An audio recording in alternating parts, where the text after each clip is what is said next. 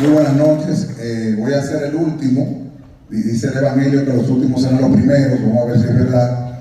El hecho es que, nada, estamos aquí presentando una conferencia, el tránsito de contactados a conectados, 50 años de misión. Originalmente el título era 50 años de misión más allá del contacto extraterrestre, pero al final de cuentas lo que interesa es el contenido, no básicamente el título. Comenzando las reflexiones respecto a la misión y el contacto. Podemos decir que la misión es promover el cambio, y el cambio en la misión es recordar una preparación anterior. De hecho, muchas personas de los grupos han tenido experiencia de que tuvieron hace 4.200 años en la Academia de los Guías, recibiendo una formación en las universidades de los extraterrestres para poder afrontar los retos que implicaban estar encarnados en este tiempo tan importante y definitorio para el planeta Tierra.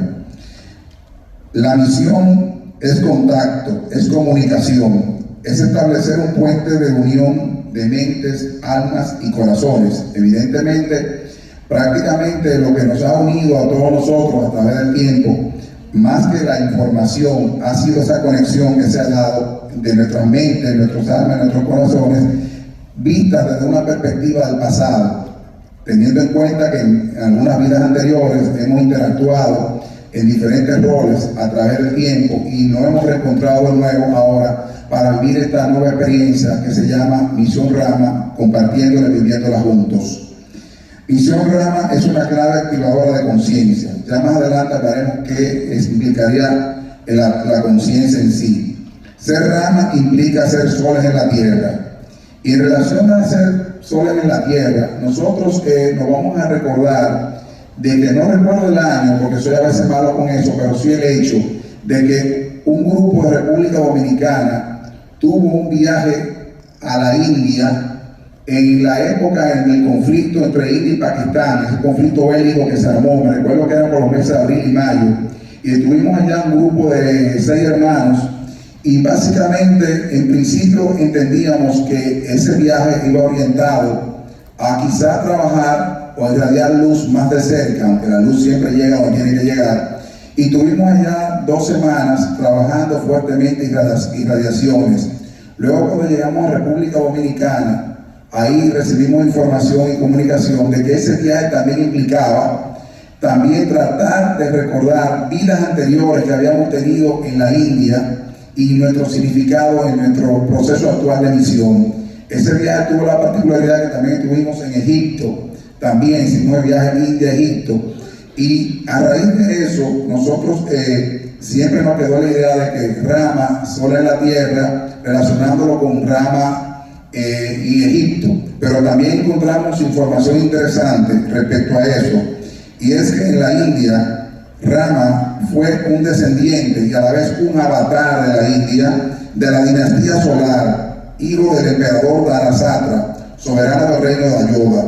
Es decir, que ya tenemos una vinculación de que el nombre de Rama ya significaba algo especial, y lo más interesante de todo es lo que encontramos en el Ramakata. El Ramakata, que tiene 2 tomos, es una obra que habla sobre la vida de ese avatar Rama. Y ahí dice, el Ramakata narra la historia de Rama. Rama es el principio que atrae, y mediante tal atracción hace que los elementos de la naturaleza funcionen.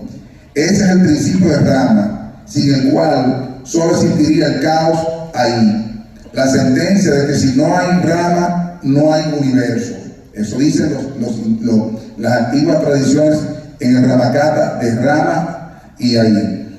Entonces, pasando al aspecto de la formación de los grupos de afinidad y sintonía, que durante el transcurso de los años ha traído como consecuencia la formación de grupos que en principio se pensaba que eran grupos de afinidad basados en colectivos territoriales, sino se entendió que no era necesario estar juntos para vivir los principios de la misión y la integración, y se habló de las llamadas comunidades mentales, que es realmente la verdadera esencia de esa integración. La formación de un conglomerado humano unido a objetivos comunes, es decir, básicamente esos objetivos comunes que nos unen a nosotros son los que se ha planteado a través de un filósofo inglés de origen judío que se llama Simon Bauman. Bauman define que la comunidad sólida se caracteriza por su rigidez, por no admitir exceso de diferenciación entre las partes que componen, por intentar encajar toda la singularidad bajo unas leyes unitarias, para tratar la realidad como un todo. En nuestro caso particular de Misión Rama, es un grupo de contacto basado en una serie de valores y principios que nos mantienen unidos sobre una serie de postulados básicos y comunes por toda una práctica de vida, en donde se hace énfasis en la llamada espiritualidad práctica, en donde se conjugan elementos y prácticas comunes como la meditación, que en nuestro caso particular se circunscribe a una técnica, eso también lo investigamos, a una técnica que se llama mantra yoga meditación. No es casualidad y que Sisto Paswell, antes de iniciarse Rama, fue iniciado de mantra yoga meditación a través del gurú Swami Guru Devanand Maharaj y la Sociedad Internacional de Realización Divina, que tenía sedes en diferentes países. Es decir, que la técnica de meditación que nosotros utilizamos es mantra yoga meditación, y esa técnica viene remontándose a la India, a la época de Shankaracharya, que fue el primero que inició esa técnica del mantra yoga a través de un mantra. Claro, no es la única técnica de meditación que hay. Evidentemente hay otra técnica de meditación como la Kriya Yoga, que la trajo aquí a Occidente Yogananda y Autorrealización, con su sede en California, Estados Unidos. Y así existen otras técnicas de meditación trascendental, que son técnicas de meditación que llevan al individuo a una conexión interna. Entonces, a través de Swami Guru Devanand se hizo conocido en América esa técnica de meditación que nosotros practicamos a través de un nombre cósmico, que es un mantra que repetimos para tratar de interiorizar y hacer la conexión con nuestro yo superior o yo interno. Se dice que el yoga es la suspensión de la transformación del principio pensante. Como herramienta también de fortalecimiento de la voluntad, al interior de los grupos Rama, se hacían con regularidad ayunos, y de eso el doctor Pérez Alvela nos hablará mañana sobre los ayunos, la importancia del ayuno como una herramienta para el fortalecimiento de la voluntad y limpieza de nuestro cuerpo. Salimos al campo para estar en contacto con la naturaleza, lograr una integración con la Madre Divina o el espíritu femenino planetario, como ha habido las experiencias que se dieron en el Paititi, cuando se hubo la experiencia con la madre naturaleza, a través de una expresión que se dio en una fotografía que se hizo icónica, donde se ve un árbol con la forma de la naturaleza de la madre expresada ahí, que son evidencias físicas que nos permiten saber que hay una conexión muy directa de nosotros con la Madre Tierra, con la Pachamama. Con esto queremos resaltar que este grupo Rama, como un grupo compacto, sólido, está unido bajo una serie de valores y principios que debemos mantener siempre para seguir avanzando como grupo. Con todo esto queremos rescatar a la vez, resaltar la importancia de la visión y su rol dentro de la sociedad actual, que se encuentra transitando dentro de lo que Bauman, que mencioné anteriormente, señala como la sociedad líquida, una sociedad en que la incertidumbre por la vertiginosa rapidez de los cambios ha debilitado los vínculos humanos, afectando a la familia como núcleo primario de la sociedad, haciendo de todas las estructuras sociales, religiosas, económicas, políticas, frágiles y vulnerables, y creando en la sociedad núcleos sociales unidos por lazos personales frágiles y carentes de sentido humanitario, en donde la fraternidad, la solidaridad, el amor y el perdón sean conceptos vagos o inexistentes, si se quiere, carentes de un verdadero sentido y significado. Entonces, por eso tenemos que rescatar la misión, viendo de que la misión nos aglutina en una serie de valores y principios que nos hacen estar más integrados con nuestra familia, con nuestros compañeros de trabajo, con nuestros compañeros de misión, como una sociedad que debe permanecer así para poder lograr reproducir ese modelo en esa sociedad que Bauman define como una sociedad líquida. También podríamos decir que Rama forma parte de lo que se llama la sociedad de la contracultura.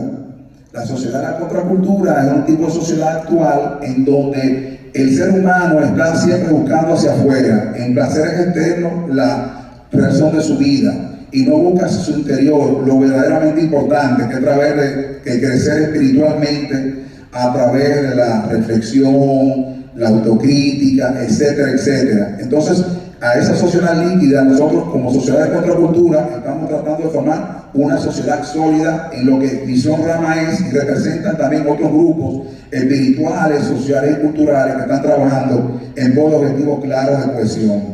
El gran reto de la misión, 50 años después y más allá del contacto extraterrestre, es lograr mantenerse como una sociedad sólida, unida por fuertes vínculos de carácter fraternos, en donde la armonía, a pesar de la diversidad, se constituya en la unidad, y que podamos contribuir en esta sociedad convulsa en que vivimos en un faro de luz, y podamos exhibir con orgullo ser llamados instructores del nuevo tiempo.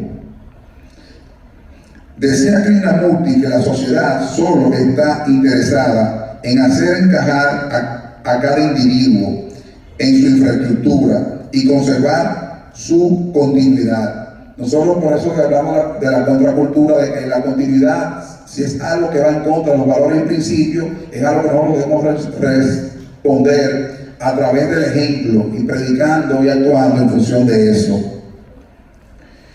Citando a otro autor de origen español, Alberto Royo, y educador de profesión, en su obra Sociedad Gaseosa, contraviniendo los postulados de Bauman, se refiere a la sociedad gaseosa, definiéndola como aquella donde no hay espacio para lo sólido y solo queda lo superficial, lo efímero y lo que él llama gaseoso. Esta etapa de la sociedad la visualizamos como una transición de la líquida a la gaseoso, no como lo define Alberto Royo en su obra, sino como aquella etapa en la evolución del hombre y de la sociedad en donde ésta perderá totalmente su identidad como ser humano, produciéndose una desvinculación total con la esencia divina que mora en el hombre, una sociedad desprovista de emociones y de sentimientos de cualquier tipo, es decir, una sociedad y una etapa del hombre robotizada, dirigida y controlada por la inteligencia artificial, la cual surgirá como un nuevo Dios, como ha ocurrido ya en otras civilizaciones extraterrestres, donde según nos dice el ensayo de Corey Wood, dado a conocer en el año 2014 por David Wilcock, que es el propietario de Gaia TV, y que formaba parte del programa del Parcial Secreto, en donde él relata la experiencia de una civilización extraterrestre llamada Zulu, donde Zulu, la civilización, rompió las cadenas y ataduras que lo ligaban a esas civilizaciones superiores, inteligentes, guiadas por la inteligencia artificial, cuando se dieron cuenta de que estas entidades se alimentaban de las energías negativas generadas por la propia civilización Zulu, fruto de las constantes manipulaciones que los incitaban a la división, a la guerra y al odio. Cuando se dieron cuenta de esto, dieron un vuelco a sus conciencias, generando vibraciones positivas elevadas que hicieron que esas cadenas se rompieran, y así se liberaron ellos de esa esclavitud de ser alimento de esas entidades. Pero eso no es un elemento nuevo. Ya anteriormente Salvador Freisero, un padre jesuita español, en la obra La Granja Humana y Teleología, había dicho que hay seres extraterrestres que se alimentan de las energías negativas de la humanidad, y por eso a través de la guerra psíquica los llevan a los conflictos armados y bélicos para alimentarse de esa energía que nosotros producimos en base a la violencia, el odio, etcétera, etcétera. Entonces nosotros tenemos que tomar conciencia de que eso ocurre, para tratar de revertir eso a través de pensamientos positivos y romper esa esclavitud. En la Biblia lo decía, que el verdadero enfrentamiento del ser humano no era con seres de carne y hueso, eso está en Hebreos, sino con seres con inteligencia que provienen de otros planos de existencia superiores. Bueno, También Bárbara Marciniak en los Pleiadianos Plus, que eran una serie de entidades, también le decía que había una serie de extraterrestres que también tenían como propósito alimentarse de la energía que producían en el planeta a través de los conflictos y los confrontamientos humanos. Es decir, todo esto yo lo planteo tomando en cuenta un elemento que se llama el factor R. ¿Y qué es el factor R? El factor R es aquella parte del cerebro de nosotros que es reptiliano.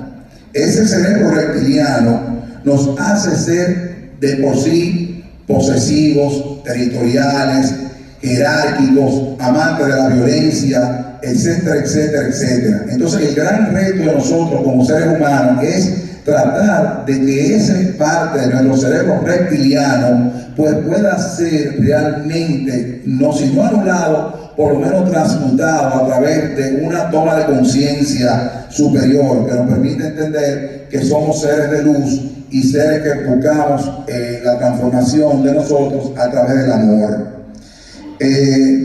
También quería aportar como elemento a considerar es que existe una peculiaridad que fue algo también que estudiamos nosotros a través de las experiencias que hemos vivido en la misión, y es que del 85 al 90% de la población humana tiene como factor sanguíneo RH positivo. Si los glóbulos rojos contienen un antígeno relacionado directamente con los monos reuses, de ahí viene el factor RH. Entonces significa que solamente hay aproximadamente de un 10 a un 15% de la población que tiene factor de rastreo RH negativo, que como bien nos han dicho en la misión, es un factor de rastreo de origen extraterrestre. Pero ¿qué puede decirse de ese factor de rastreo extraterrestre? Que las personas que tienen ese tipo de sangre de RH negativo tienen una propensión a la fotosensibilidad, es decir, la luz solar y las temperaturas muy elevadas tienden a afectarlos más que a personas que son de factor RH positivo.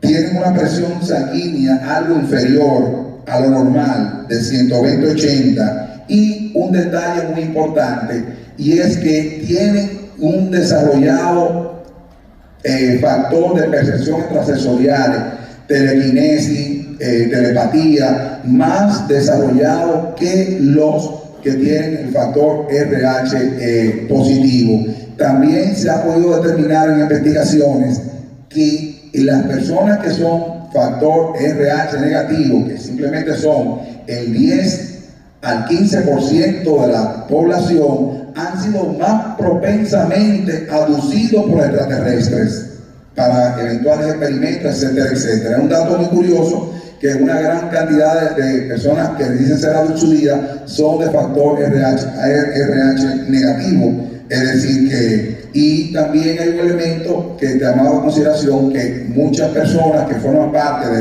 de la realeza, de la élite mundial, también tienen ese factor RH positivo como factor.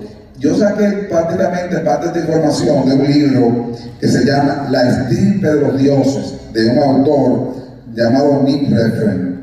Y vamos a entrar aquí a algo que tiene que ver con la conciencia, la toma de conciencia, el despertar de conciencia. Aquí yo no quiero profundizar mucho el tema, porque tenemos entre nosotros un especialista en el estudio de la conciencia. Me refiero al hermano Nímero Lebrón, que ha dado conferencias sobre el tema, y no quiero meterme mucho ahí, porque sé que él ha trabajado brillantemente ese tema y ha señalado con sumo acierto, siguiendo los postulados de Conrado Malanga, los diferentes factores desencadenantes que llevan al despertar de la conciencia y el cambio, en donde señala una quinta y etapa superior a la cual todos debemos aspirar, es la del despertar del yo soy la causa del mundo. En términos generales, la conciencia es vista como el conocimiento que un ser tiene de sí mismo y de su entorno. ¿Qué es el despertar de conciencia espiritual? Es volver a ti mismo, es una forma de conciencia de una nueva realidad y de quién eres realmente. Esto nos lleva a una nueva forma de ver y sentir la misión y que se traduce en dejar de lado o darle paso a un ser humano contactado, a un ser humano conectado. Ser un conectado, es una etapa superior a la que debe aspirar el nuevo Rama a través de la conexión interna. Llegar al ANROM, es decir, llegar a la etapa del conocimiento del todo. Y es que toda la información se encuentra al interior de nosotros. Eso ya lo hemos hablado, se ha hablado bastante. Está en nuestro ADN, es decir, en el ácido desoxirribonucleico, en nuestro código genético. 1 gramo equivalente a 1000 miligramos de ADN tiene la capacidad para almacenar alrededor de 2 petabytes de datos, equivalentes a 3 millones de CDs, equivalentes a 1024 terabytes. Para que tengan una idea, una célula de ADN tiene el equivalente a 1000 libros de 600 páginas. Es decir, vean ustedes todo lo que contiene nuestro ADN y que está ahí. Simplemente necesita que nosotros lo despertemos.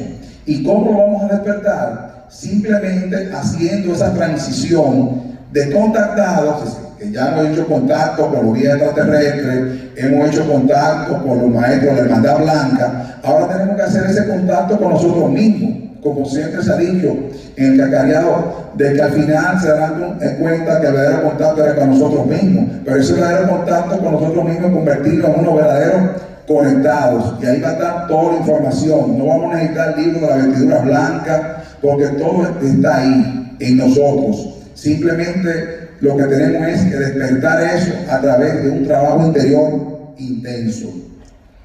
Cada uno de nosotros potencialmente somos portadores del llamado libro de las vestiduras blancas, que constituye la última fase o etapa de la misión, según lo dicho por los hermanos mayores, y de tener la oportunidad de ocupar nuestro lugar en el asiento 33 dentro de la Confederación del Mundo de la Galaxia, que espera pacientemente por nosotros a través de nuestro despertar de conciencia. Es decir, yo creo que nos están esperando a nosotros que asumamos ese rol a través de ese verdadero despertar de conciencia para que podamos entrar en el Consejo de los 33 ya como representando al viento que está vacío, pendiente de nosotros. Entonces, ¿cómo se logra ese tránsito de contactarnos a conectados? Y aquí yo lo llamo el factor coherencia. ¿Qué es el factor coherencia? Podemos decir que la coherencia es la relación lógica entre dos cosas, o entre partes o elementos de algo, de modo que no se produce contradicción ni oposición entre ellos. Como paso previo a la etapa de conectados, debemos poner en práctica el factor coherencia, es decir, pensar, hablar y actuar de manera coherente, es decir, ser capaces de producir una unidad entre el pensar, el hablar y el actuar de cada uno de nosotros. Si no hacemos eso, vamos a estar en la misma situación de contradicción. Primero se genera lo que se llama un conflicto interno, el hecho de no ser coherente en esos 3 aspectos, y que más adelante ese ruido interno que significa, caramba, yo dije tal cosa, pero al final hago otra, y eso te va trabajando a ti en la mente y te genera un conflicto interno que al final se traduce en un conflicto externo. ¿Con quién? Con tu compañero de trabajo, con tu compañero de misión, con tu familia, en fin, con cualquier persona que implique en nuestro externo. Generamos ese conflicto y es por la falta de coherencia. Entonces tenemos que trabajar la coherencia para lograr realmente lo que queremos. El conflicto es una situación en la cual dos o más personas con intereses distintos entran en confrontación u oposición y emprenden acciones mutuamente antagónicas, con el objeto de dañar, eliminar a la parte rival o arrebatarle poder de algún tipo en favor de la propia persona o de un grupo en particular. Para esto tenemos que poner como meta cada uno de nosotros dejar los protagonismos de lado, superar ese yo o ego interior que nos susurra que somos mejor que el otro y comenzar a pensar en nosotros como una unidad, como un todo. Debemos superar un conflicto, primero el conflicto interior a través de la autorreflexión, la autoobservación, autocrítica, y luego superar el conflicto exterior a través del verdadero contacto con nosotros mismos. Tal como decían los hermanos mayores, en la ya cacareada frase, al final se dan cuenta de que el verdadero contacto con ustedes mismos y poder estar así en condiciones de dar el gran salto esperado por la jerarquía de luz, de dejar de ser contactados para pasar a ser conectados. Esa conexión nos llevará a un verdadero estado de conciencia superior. El verdadero reto de nosotros como seres humanos y como miembros de esta misión es superarnos cada día y superar las pruebas y dificultades que se nos presentan como un reto y de una forma seguir el camino que nos indican los hermanos mayores cuando nos decían hace mucho tiempo atrás: pronto no seréis más nombres, sino seres encaminados para la evolución. Muchas gracias. Rubén, de República Dominicana. Muchas gracias, Rubén. Adelante, por favor. Luces. Adelante, Ligia. Bueno, se me ha contagiado cómo levantan el ánimo a las personas, los uruguayos en estos días. Vamos arriba, República Dominicana. Gracias. Gracias por todo. Reconocimiento a Rubén Astacio por su entrega y compromiso en misión. Gracias, felicitaciones.